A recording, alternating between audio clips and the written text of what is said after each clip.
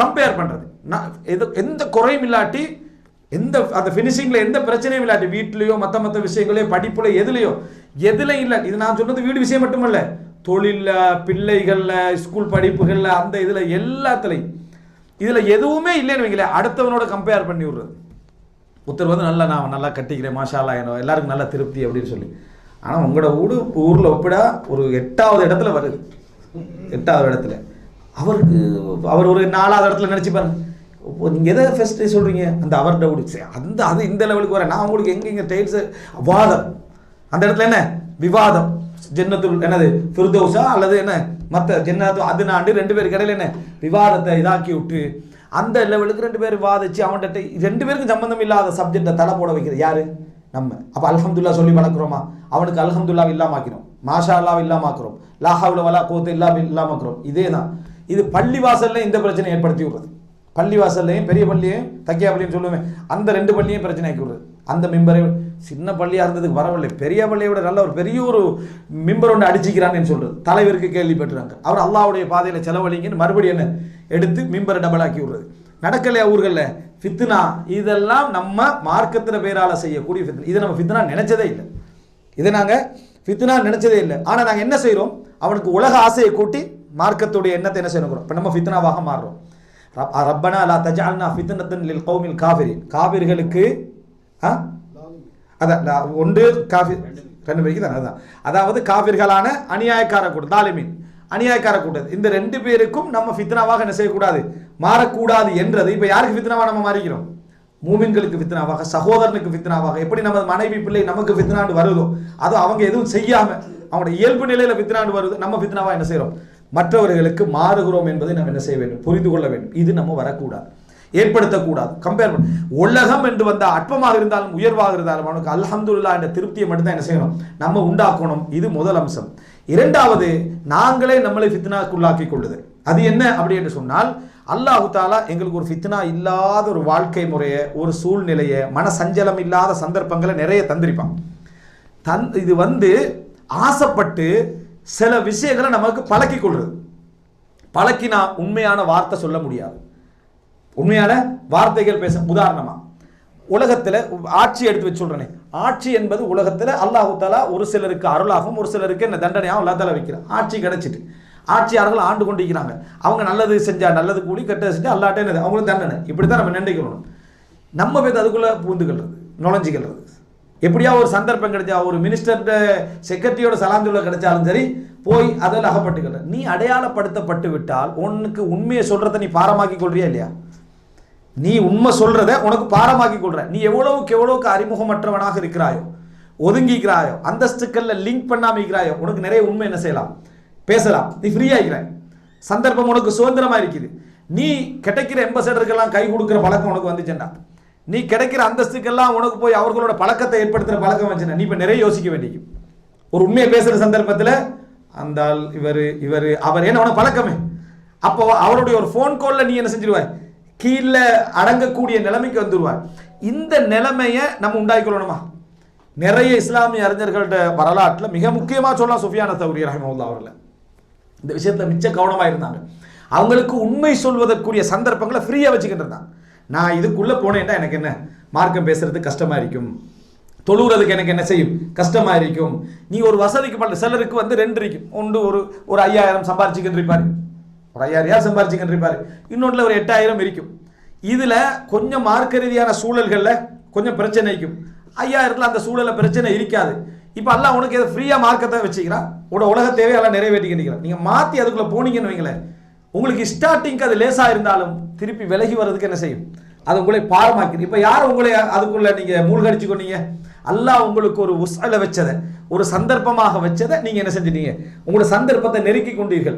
அப்போ உங்களுக்கு அல்லாஹ் மார்க்க ரீதியான ஒரு நல்ல சூழ்நிலை ஆங்காங்க வச்சிருந்து, அது மார்க்கத்தை சொல்வதாக இருக்கலாம், தொழுவதற்காக இருக்கலாம், கடைபிடிப்பதற்காக இருக்கலாம், வாய்ப்புகள் எல்லாம் இருந்தும் அதை நீங்க மாற்றிக்கொள்றீங்க அப்படின்னு சொன்னா, இப்போ நீங்க உங்களையே என்ன செய்றீங்க, ஃபித்னாக்குள்ள தள்ளுறீங்க. திருப்பி வரையலாம் போகும், திருப்பி என்ன செய்யும், வர முடியாம போகும்.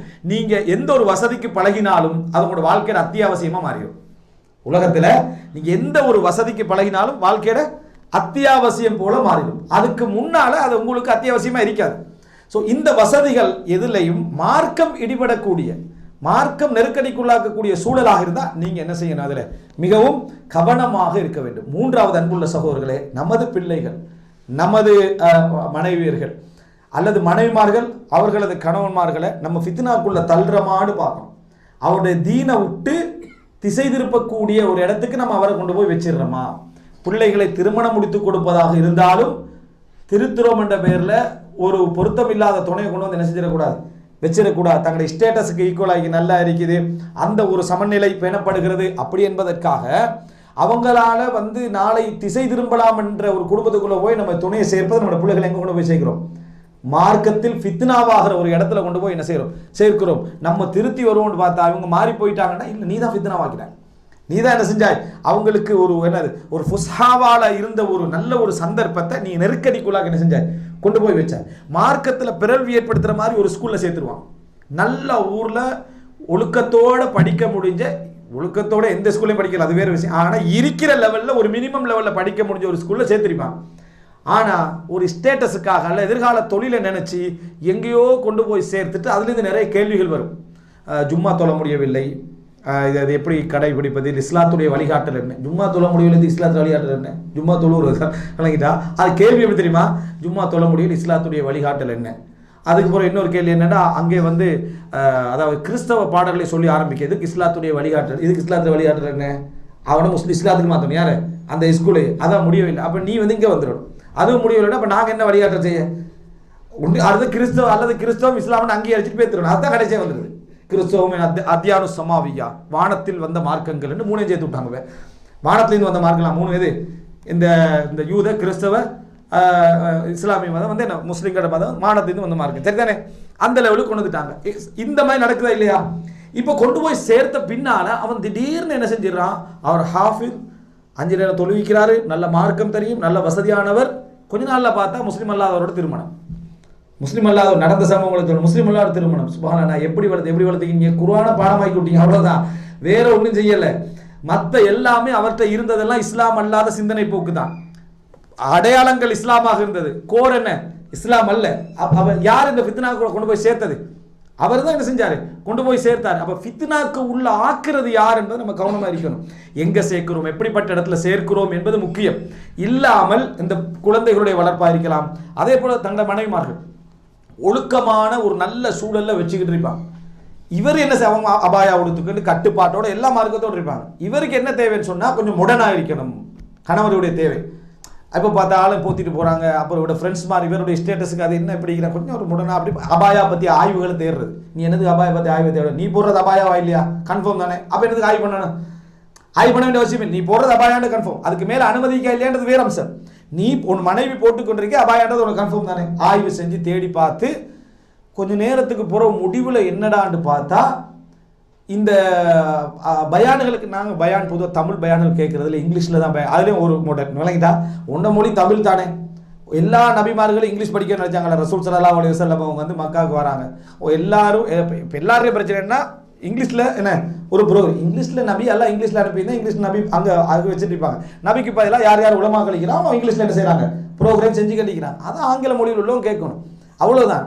நீங்கள் இன்டர்நேஷனல் தாயா மாறுங்க அப்படின்னு என்னது, அது ஒரு இங்கிலீஷ் படிப்பிக்கிற பிள்ளைகள்ட்ட இதில் ஆனால் இங்கிலீஷில் மட்டும் தான் கேட்குறோம், கோட் சூட் போட்டு தான் கேட்குறோம்னு சொல்லி கோட் சூட் போட்டவங்க கேட்கட்டும், அது பிரச்சனை இல்லை, அது அவங்களோட கலாச்சாரம், அவங்க இருக்கிறது, அவங்க ஆங்கில மொழியில் படித்தாங்க, ஆங்கில மொழியில் இருக்கிறாங்க. சில பிள்ளைகள் அந்த மீடியம்லேயே வளர்ந்துருப்பாங்க, அவங்க கேட்க நீ ஏன் வாண்டடாக போகிறாதுக்குள்ளே, அதுக்குள்ள அந்தந்த தேவைக்கு ஏற்ப மாதிரி தான் அல்லாஹ் தஆலா நபிமார்களை அனுப்பினா. அதுக்கேற்ற மாதிரி தான் ஒவ்வொருத்தர் நினைக்கணும், எனக்கு வழங்கப்பட்ட வாய்ப்பு என்ன, எனக்கு வழங்கப்பட்ட மொழி என்ன, எனக்கு வழங்கப்பட்ட அந்த அளவு என்ன, அதுக்குள்ளே நான் என்ன செய்யணும், நான் பிரச்சாரம் செய்யணும், அதுதான் எனது தேவை.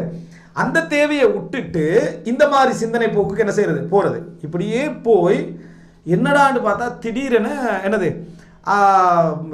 மாறிட்டாங்க. என்ன மாறிட்டாங்கன்னா இந்த பயானலுக்கெல்லாம் வாரதில்லை, இந்த ப்ரோக்ராமுக்கெல்லாம் வாரதில்லை. அவங்க வளமையாக அந்த ஒரு இன்டர்நேஷ்னல் ப்ரோக்ராம் கேட்குறதுனால அப்படியே போய் வேறு வேறு அந்த மிக்ஸான இதுகளில் தான் இருந்துக்கிறது. திடீர்னு இந்த பயானில் உட்காந்துட்டிக்கிறான். என்னடான்னு பார்த்தா எந்த மார்க்கத்தை கடைபிடிச்சு அந்த பெண்ணை பாதுகாத்திருக்கணுமோ அந்த அழகாக விரிவாக இருந்த ஒழுக்கமான எல்லைகளை உடைச்சி அவங்கள ஃப்ரீயாக பழக விட்டா, ஃப்ரீயாக பழக விட்டோன்னு சொல்கிற மார்க் எல்லைக்குள்ளே இல்லை, மார்க் எல்லைக்கு வெளியே ஃப்ரீயாக பழக விட்டு அந்த புள்ள இன்னொருவரோடு தொடர்பாகிற அளவுக்கு ஆகிட்டு. அல்லாஹ் தாலா உனக்கு நிம்மதியான சூழ்நிலையை தந்து, நிம்மதியான மார்க்கத்தை தந்து, நல்ல வாழ்க்கையை தந்து, நல்ல செலரியை தந்து, நல்ல மனைவியை தந்து, அந்த மனைவி ஃபித்னாக்குள்ளாக்கின குற்றம் யாருக்கு? இந்த அனுமதியை கொடுத்த இவருக்கு தானே.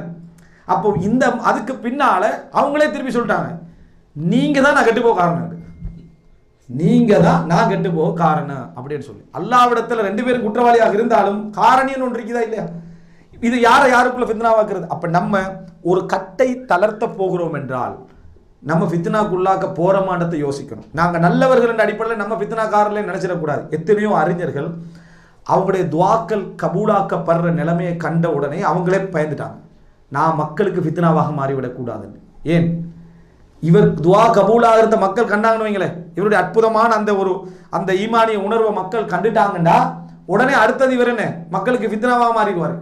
இவருக்கு கபரை கட்டிடுவாங்க, இவருக்கு ஏதாவது என்ன செஞ்சிருவாங்க, செய்து விடுவார்கள். அதனால மறைய நினைச்சாங்க. அதனால தான் ஒய்சல் கர்ணி போன்றவர்கள் தங்களை என்ன செஞ்சாங்க, மறைத்து கொண்டார்கள், தங்களை மறைப்பதே விரும்பினார்கள். உண்மையிலேயே மிகச்சிறந்த மனிதன் எப்படி இருப்பான்டா, தண்டை இபாதத்துக்கள் வணக்க வழிபாடுகள் அல்லாஹ் தாலா தனக்கு செய்கிற அருள்களை பிரஸ்தாபிச்சு கட்டிக்க மாட்டார். ஏன்னா அடுத்தவனுக்கு ஃபித்னாவா மாறிடுவார் அவர். சில வேளை உண்மையிலே அவர் அப்படி இல்லாமல் வைக்கலாம், ஆனால் பக்கத்துல விளக்கம் இல்லாம இவர் ஒரு பெரிய ஒரு அவுலியா ஒன்று தான், வழிமார்கள்ல ஒருவர் தான் எண்ணத்துக்கு அவர் வந்துடுவான். அவன் அப்ப அவனுக்கு ஃபித்னா யாரிப்ப இவரே அதை அதாவது கொடுத்து அந்த சிந்தனைகளை கொடுத்து தன்னையே தானே அவுலியான்னு நினைச்சு அவருக்கு ஃபித்னா மாறி அடுத்தவனுக்கு கூடுதலாக சொல்லி இவரும் என்னது அந்த வழி என்ற சிந்தனை ஏற்படுத்தக்கூடிய அமைப்பில் வருவார். சிலர் இருக்கிறாங்க, எனக்கு எந்த ஒரு விஷயம் நடக்கிறதா இருந்தால் ஒரு மாசத்துக்கு முன்னால கனவு வந்துடும் அப்படின்றது. எந்த ஒரு விஷயம் நடக்கிறதா இருந்தாலும் ஒரு மாசத்துக்கு முன்னால கனவு, உண்மையிலே கனவு வந்துடும் வைங்களேன். அவருக்கு கனவு அல்லாஹ் தாலா அப்படி காட்டுறான்னு வைங்களேன், அவருடைய உண்மைத்தன்மை காரணமாக அல்லாஹ் தாலா அவருக்கு அப்படியான ஒரு இது வச்சுக்கிறான்னு வைங்களேன், நல்ல ஒரு மனிதராக இருந்தால் சொல்ல மாட்டார் வெளியே, இஹ்லாஸ் உள்ள மனிதராக இருந்தால் வெளியே சொல்ல மாட்டார். இது இன்னொருத்தருக்கு ஃபித்னாவாக மாறும்.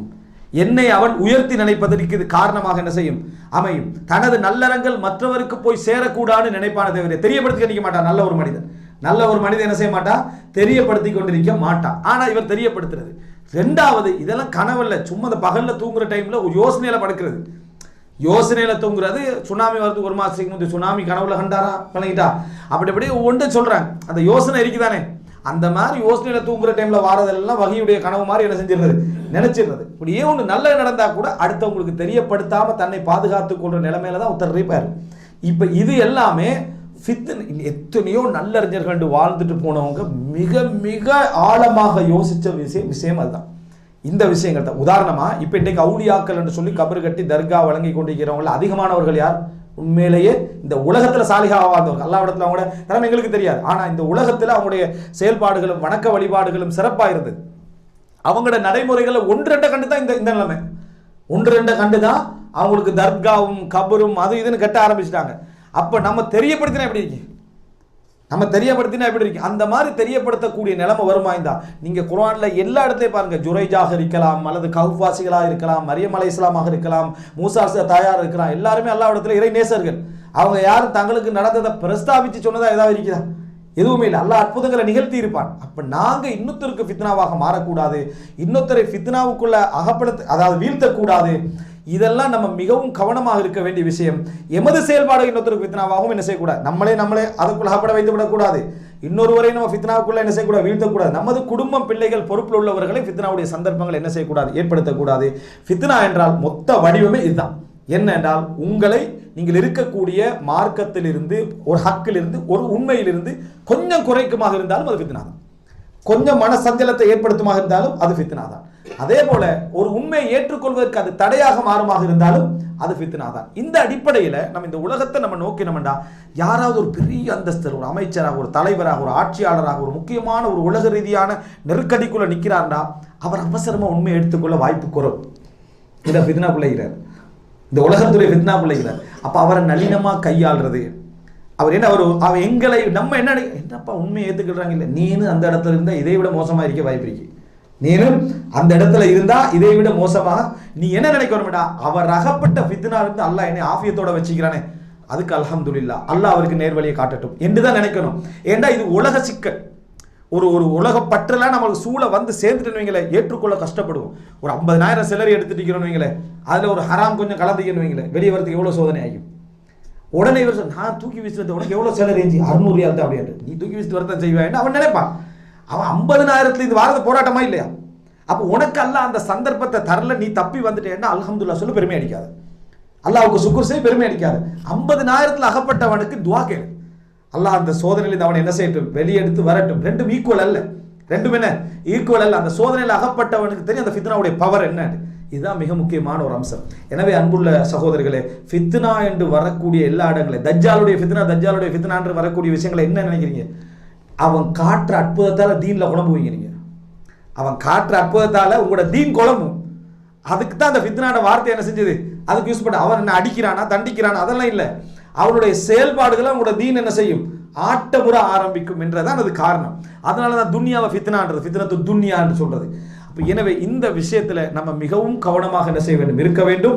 இந்த நல்லவர்கள் கூட இந்த உலகத்துக்கு என்ன செய்யும், ஃபித்னாவாக மாறும் என்பதனால அந்த நல்ல நிலையை பாதுகாப்பதிலும் மிகவும் கவனமாக இருக்க வேண்டும். அல்லாஹ் ரப்புல் ஆலமீன் சிறந்த முறையில் இந்த ஃபித்னாவுடைய வாயில்களை புரிந்து கொண்டு நல்லவைகளின் ஊடாகவும் ஃபித்னாக்கள் என்ன செய்யும் நிகழும், அந்த நல்லவைகளுக்கு சம்பந்தம் இல்லாது விட்டாலும் என்ற புரிதலோடு செயல்படக்கூடிய மக்களாக அல்லாஹ் ரப்புல் ஆலமீன் எம் அனைவரையும் ஆக்கியல் புரிவானாக.